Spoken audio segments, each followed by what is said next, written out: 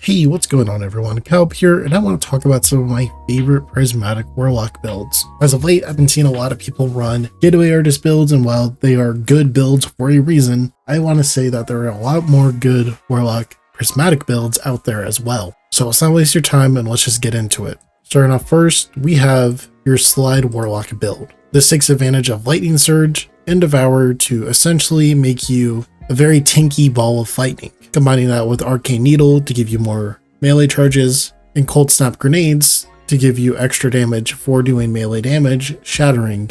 It's a very powerful combination. Since Lightning Surge gives us free fragment slots, you have a bit of a flex slot when it comes to what you choose. Me personally, Facet of Protection, Courage, Facet of Dawn, Dominance, and Sacrifice are my go-to. There are two ways you can play with this build.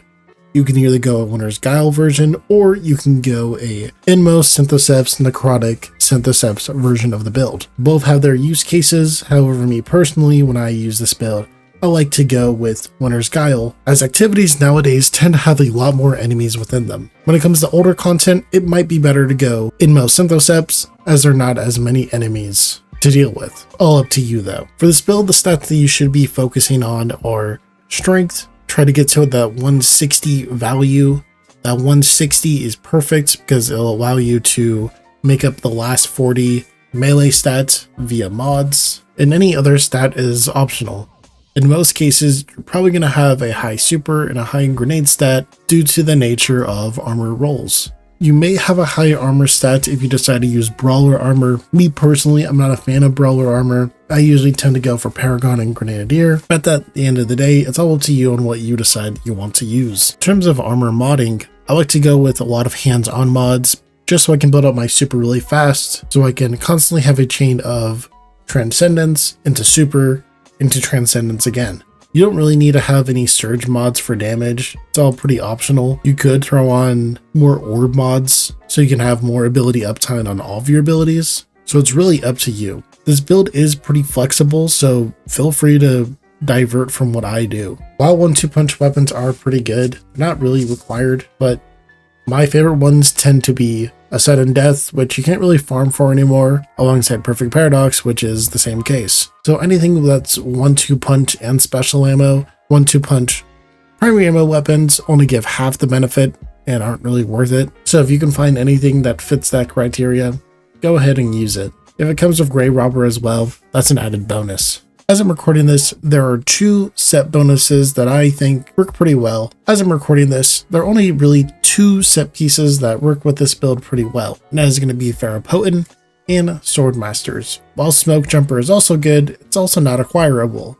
So, if you're watching this at a time where Smoke Jumper is acquirable, I would recommend a 2-piece Smoke Jumper with a 2-piece Ferropotent. That will give you the most tanky build option. However, why do I recommend Swordmasters? Well, Swordmasters will turn your melee attacks into attacks that can exhaust enemies.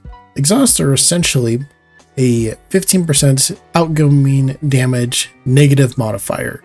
So what that means is your target is going to be dealing 15% less damage, which essentially is a free DR to everyone on your team that is getting attacked by that enemy. So in some cases that can seem better than Smoke Jumper, as that is a personal bonus that is reliant on you having orbs. Much better for those tanky enemies like bosses.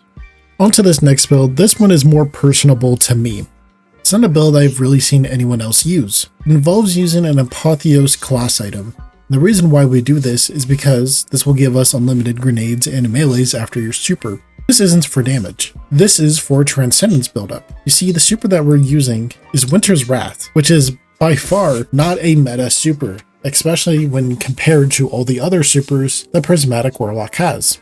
However, in this case, it's really powerful. While you're in your super, you'll be able to build up your darkness meter very quickly. In fact, I would be surprised if your darkness meter wasn't completely full by the end of your super. And when your super ends, you essentially have unlimited grenades and melees, which are both going to be light abilities. As long as there are some form of enemies in front of you, your ignition snaps combined with storm grenades are definitely going to fill up your Transcendence bar really quickly. Now, why do we want to do that? Well, it's because we're using Ergo Sum. And if you don't know, Ergo Sum is really good at keeping up Transcendence and taking advantage of it, especially if you have its catalyst. Transcendent Seal, dealing damage with Transcendent Grenades grants Ergo Sum ammo. So you essentially have unlimited ammo during this state, which is very powerful. We're personally using a caster frame Perfect 5th version of Ergo Sum, but this could also work with a Risk Runner version or any version that you really like. Me personally, I found the most success with those two that I've mentioned. While you're in Transcendence, your goal is to build up your super.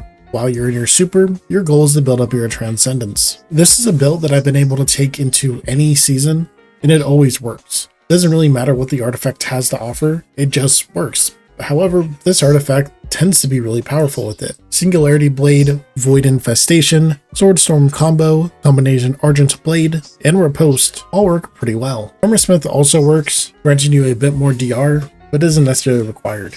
In terms of an armor set bonus, I think the Sage Protector set is pretty decent. Sword hits grants melee and class energy, which is perfect since you want to build into those. Alongside its force set bonus, briefly guarding with your sword, readies Blade Focus. While Blade Focus is ready, hitting a target with your sword increases sword damage and lunge distance for a moderate duration. Good for roaming content. Last but not least, one of my favorites this season has to be Stormdancer's Brace. This got a change recently to where you no longer need to get kills to build up the bonus damage that this exotic provides for you. So does that make it really good all of a sudden? In a way, yeah. Given that it's a roaming super, it's very easy to build up your super for this exotic. In fact, it's 3 times faster than your average super. On top of that, we got a sword this season called 86. 86 has Great Tech Legacy, which generates energy for the ability that is closest to a full charge. You can combine this with a 2-piece Sage Protector, granting you additional class ability energy. On top of that, you can use Dynamo in Distribution to have even faster supers. If you want to build which you just live inside of your Palpatine fantasy, this is the build for you. Stormtrance is just objectively stronger while on Prismatic when you have things like Asset of Courage and Devour compared to the neutral game of Arc Warlock. If you want a build that really shakes things up, I think this is the one for you. All the builds mentioned in this video will have a dim link in the description alongside visuals on screen to help you out. I hope you all have enjoyed the video today, and keep an eye out for a future video in which I show how I make my builds. It's going to be a bit of a build crafting guide now that we're in the new Edge of Fate / Year of Prophecy version of build crafting. If you liked what you've seen, leaving a like and subscribing would dramatically help me out. Thank you all for watching. Until next time.